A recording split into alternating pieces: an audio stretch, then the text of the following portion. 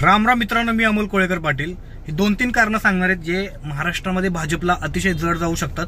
म्हणजे जे भाजपचं स्वप्न आहे, अबकी बार 400 बार नरेंद्र मोदी सरकार, असं त्यांचं जे म्हणणं आहे, ते 400 पार करण्यासाठी जी आडकाठीमध्ये येते ती महाराष्ट्राची आडकाठी येते. आणि मी असं का बोलतोय बघा, पंजाबमध्ये भाजपला एवढं काही सीट भेटत नव्हते. जेवढ्या सीट भेटत होते, 1-2 सीट मागे पुढे होतील, ते 100% भेटतील. बाकी हरियाणामध्ये थोडंसं नुकसान होऊ शकतं, कारण ह्यावेळेला सीएम देखील बदलले आणि सीएमला पद बदलून खासदारकी तिकीट दिलेलं आहे. त्यामुळे अंतर्गत नक्कीच काहीतरी तिथे प्रॉब्लेम असणार आहे. तिथेही थोडा फरक पडू शकतो. बाकी यूपी बिहारमध्ये देखील चांगला परत एकदा फरक पडू शकतो भाजपला.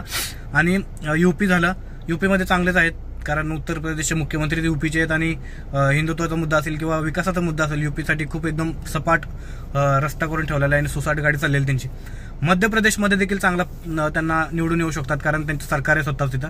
राजस्थान देखील ह्या वेळेला बदल घडवू शकतं की राजस्थानमध्ये देखील खासदार मोठ्या प्रमाणामध्ये निवडून येऊ शकतात. गुजरात तर त्यांचा हक्काचा गड आहे. बाकी साऊथमध्ये त्यांनी खूप ताकद लावलेली आहे. म्हणजे नरेंद्र मोदी यांचं तुम्ही बघितलं असेल की उत्तर प्रदेशमध्ये, उत्तर भारतामध्ये जरा ते कमी प्रमाणात फिरतात किंवा रोड शो करतात, परंतु साऊथमध्ये त्यातल्या त्यात तमिळनाडू आणि आंध्र प्रदेशमध्ये भयानक प्रमाणात ते लक्ष देत आहेत आणि फोकस देत आहेत की जेणेकरून साऊथ आपल्या ताब्यात आलं पाहिजे.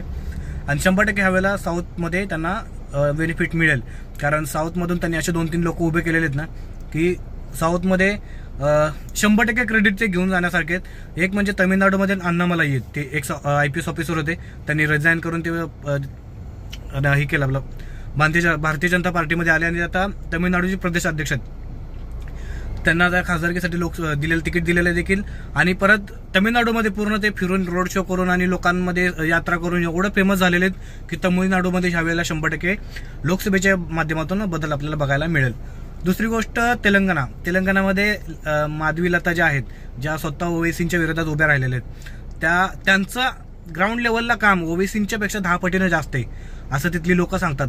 मला परवा दिवशी एक व्यक्ती भेटलेलं जे त्यांच्या कॉन्स्टिट्युशन मधली येतं, तर ते सांगत होते की मुस्लिम महिला जास्तीत जास्त माधवीलता यांच्यासोबत आहेत. कारण ओवेसीचा जो गड आहे, ओवेसीचा जो मतदारसंघ आहे, त्या मतदारसंघामध्ये रात्री 8 ते 9च्या नंतर लेडीजला निघण्यासाठी विचार करावा लागतो.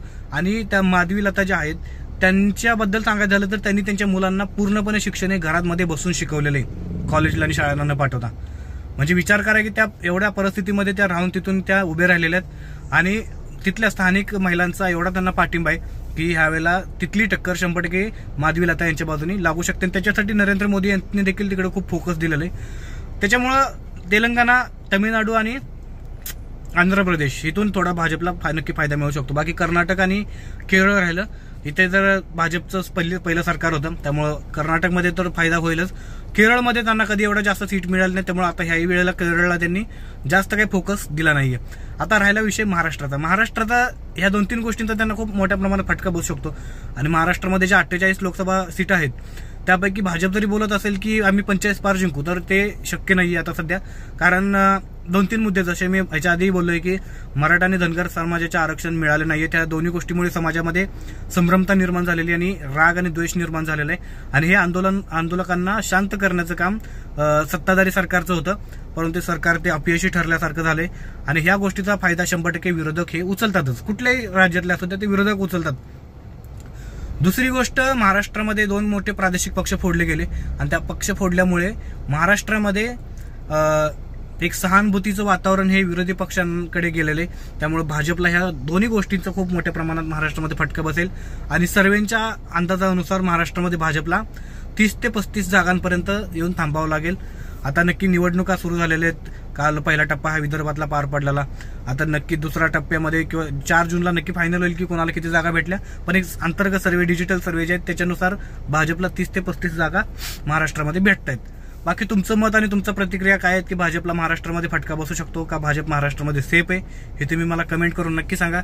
जय शिवराय, जय मल्हार.